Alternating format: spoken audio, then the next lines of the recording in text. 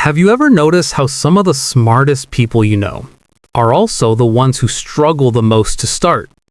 Not because they don't understand what to do, not because they lack ambition, but because they keep delaying the moment that actually matters. And if you're honest, you might be one of them. It usually starts in a very normal way. You wake up with a clear intention. Today, you'll finally get things done. There's work waiting, messages to reply to, something important you've been putting off for days, maybe weeks. You sit down, open your laptop, and then, just for a second, you check your phone. A quick scroll, nothing serious. But somehow, 20 minutes pass, then 40. Now your mind feels slightly heavier. Not tired exactly, just less sharp.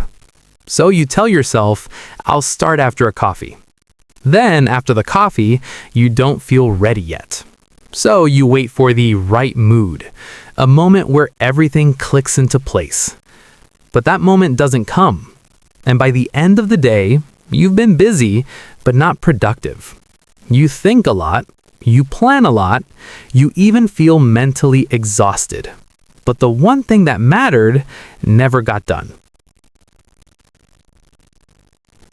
This is where most people misunderstand what's happening.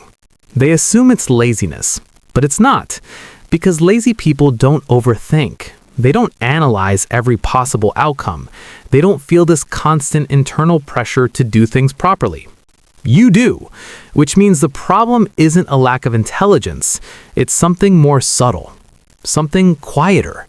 You're not avoiding work. You're avoiding the discomfort that comes with doing it imperfectly. Smart people tend to see more possibilities, more risks, more ways something can go wrong. Before you even begin, your mind is already simulating outcomes. What if this isn't good enough? What if I waste time on the wrong approach? What if I start and can't finish? So instead of acting, you stay in the thinking phase, because thinking feels productive. It gives you a sense of control, a sense that you're working on it. But in reality, it becomes a very sophisticated form of avoidance, and the more intelligent you are, the easier it becomes to justify that delay. At the same time, your environment is working against you. Every app, every notification, every short video is designed to give you quick, effortless rewards. No risk, no uncertainty, no discomfort. Your brain starts to prefer this. So when it's time to do something meaningful, something that requires focus, patience, and imperfection, it feels heavier than it should. Not because the task is impossible, but because your brain has been trained to avoid effort. And now, even small resistance feels like a signal to stop. There's another layer most people don't talk about: identity. If you've always seen yourself as smart, you also carry an unspoken expectation to do things well, to not fail in obvious ways, to not look average. So you wait. You wait until you feel ready enough to meet that expectation. But that version of ready doesn't exist. And slowly, without realizing it, you protect your identity by avoiding situations that might challenge it. Which means you don't fail publicly, but you also don't move forward. Long-term impact: quiet damage. At first, this pattern feels harmless. You still get some things done. You still function. From the outside, your life looks fine. But internally, something shifts. You begin to lose trust in yourself, not in your ability, but in your execution. You start noticing the gap between what you could do and what you actually do. And that gap doesn't make you panic. It just sits there, quietly, growing. Perspective shift. Awareness.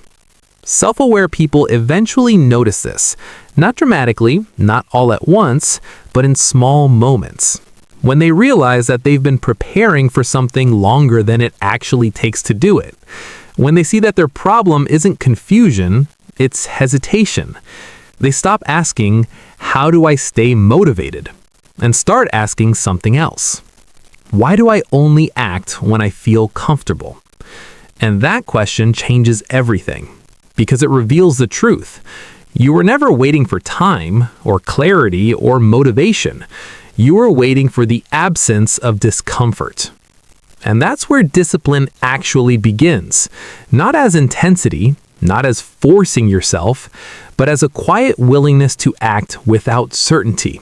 To start before your mind finishes preparing. To accept that most meaningful things will feel slightly uncomfortable at the beginning, especially for you, because you can see more than others, which means you also feel more resistance. So if you've been procrastinating, it doesn't mean you're incapable. It doesn't mean you're behind. It just means you've learned how to avoid discomfort in very intelligent ways, ways that look like thinking, planning, waiting. But underneath all of it, there's a simple pattern. You delay action to protect how you see yourself. And the longer that continues, the harder it becomes to break. Not because it's impossible, but because it feels normal.